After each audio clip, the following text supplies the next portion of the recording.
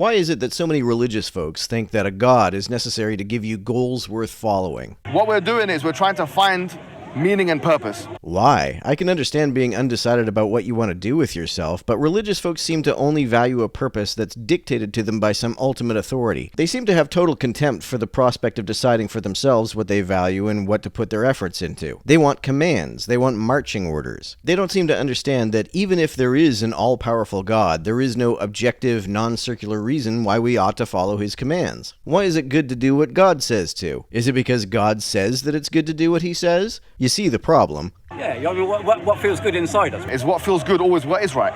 What makes what God says right? Is it the fact that he says so? Same problem. Sometimes what can feel good can be wrong, right? Yeah. All right, so what I'm trying to say to you is there comes a point where you have to ask yourself a fundamental question.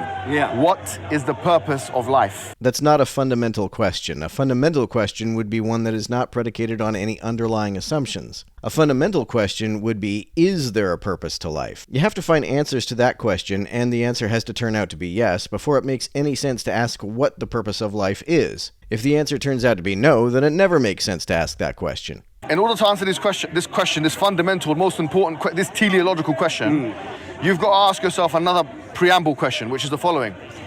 Where did you come from? It's ironic that this fundamentalist doesn't understand what the word fundamental means. Any question that requires preamble questions is, by definition, not a fundamental question. Also, where you came from might help you determine if someone had a purpose in mind when creating you, but it doesn't follow that this is a purpose you are obligated to adopt. If your parents conceived you so you could help them run the family farm, are you therefore morally obligated to? What if you want to do something else with your life? What are you doing here, and where are you going? What's the difference between asking what your purpose is and asking what you're doing here? And what does where you're going have to do with your purpose? If you answer these 3 questions, 1, 2, and 3, the question of what is the purpose of life becomes easy to answer. Yeah, I imagine it is, given that what are you doing here is effectively the same question. When you first realize, things are ultimately meaningless and we have to create our own meaning, it feels terrible. Doesn't feel, you don't get a warm and fuzzy feeling. Speak for yourself. The idea that I am not beholden to a life I did not choose does give me a warm and fuzzy feeling. Many apologists will say that I suppress the truth and unrighteousness in order to maintain this feeling, and that's why I'm an atheist. But I would have this feeling even if I believed in God, because I understand that the mere fact that God made me in order to fulfill some purpose is still not an objective reason to follow that purpose. You feel angst, right? So part of what it means to be alive is, where do we find meaning? I think we find meaning in relationships with other people, nature, relationships with other species, trying to alleviate suffering in the world. I guess this guy is conflating meaning with purpose. A lot of people love to adopt the things he listed as purposes because these things bring a lot of satisfaction, which is what we typically expect from a purpose. We want to feel satisfied or fulfilled by serving whatever purpose to which we apply ourselves. Theists will often say that the purpose of life is glorifying God. If that's what gives you satisfaction, good for you, but the idea of devoting my life to that makes me cringe. Art, literature, music, and I'm sure religious people do that as well. They have some other way to find meaning in some supernatural thinking. Great. I just don't want their supernatural beliefs to be the basis of my society. Therein lies an important difference. I don't expect or demand that other people serve the same ends that I do. To be fair, not all religious communities have imperialist ambitions to subjugate the whole planet to the purpose of glorifying their God. The Amish and the Hasidim, for example, are perfectly content to let everyone else live as they choose. And do I think that hyper-materialism is problematic? You bet. I think if someone's just living for physical, material, if you're just living for the taste of food and sex and the highs of drugs and getting as much money as you can, as quickly as you can, I think you're going to have an empty life. And I think you'll learn that. But I can't mandate that. Sometimes apologists talk about morality as though, without God, the most immediate, ephemeral, myopic pleasures are the only ones that a person can value. They seem to think that pleasures that last, that don't give you a hangover, and that don't harm other people can only be valued if you believe in a God who demands that you value them. I find joy and meaning all over the place. I don't think there's any externally imposed meaning.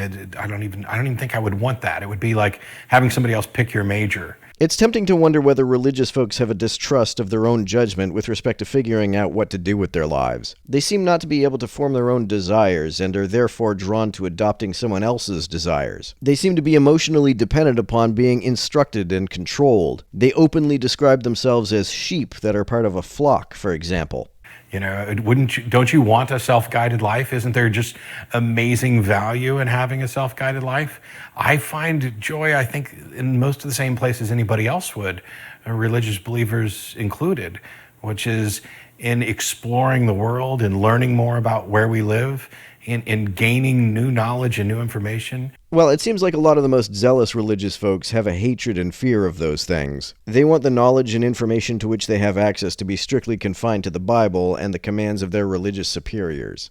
In engaging in interactions with other human beings, family members, the people we love, my wife, kids if there are ever kids.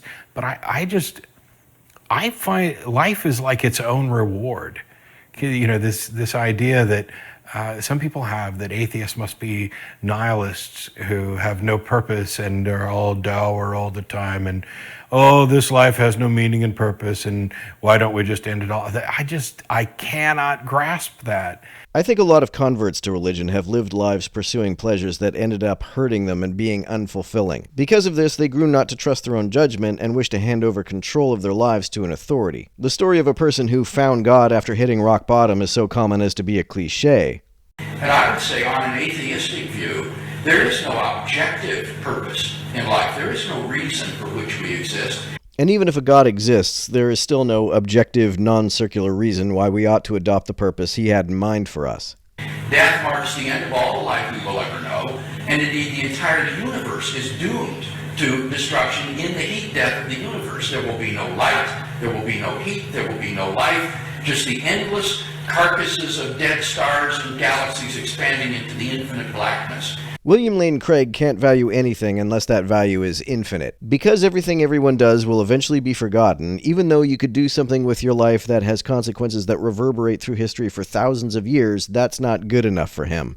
So that on an atheistic view, there is no purpose, there is no objective meaning, and there are no moral values. Love is merely an electrochemical reaction in the brain. So what? If love is a spooky, woo-woo, supernatural phenomenon, why does that make it more worthy of enjoying? What's so bad about electrochemical phenomena? Why do you have so much contempt for biochemistry? Our nervous system. Richard Dawkins has said something like this. Dawkins says, we are possibly the only planet in the universe in which complex chunks of matter run, pursue others, prey upon others, and some have even become so complex as to think, feel, and fall in love with other complex chunks of matter.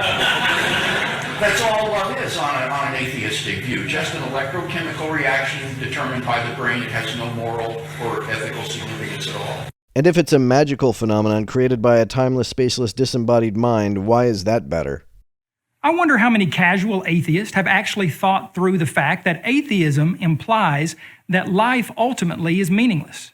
I wonder how many theists have thought through the fact that even if there is a God, life is still meaningless because there is no objective, non-circular reason why we ought to serve the purpose that God has imposed.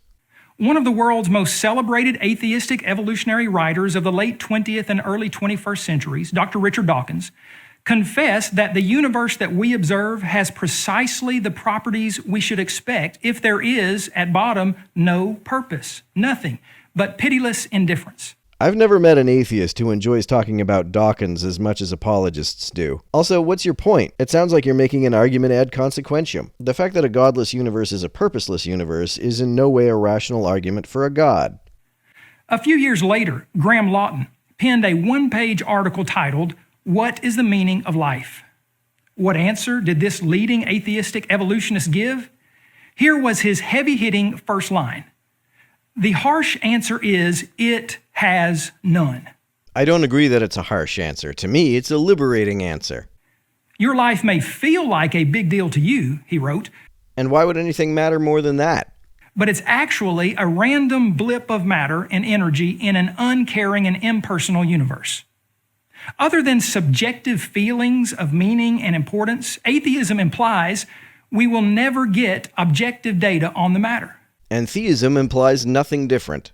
Atheism simply fails to capture a true or higher meaning.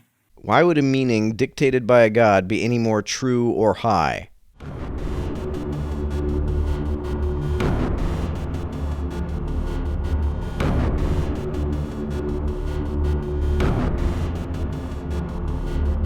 To everyone who helps me out on Patreon, you're a big help. Thanks so much.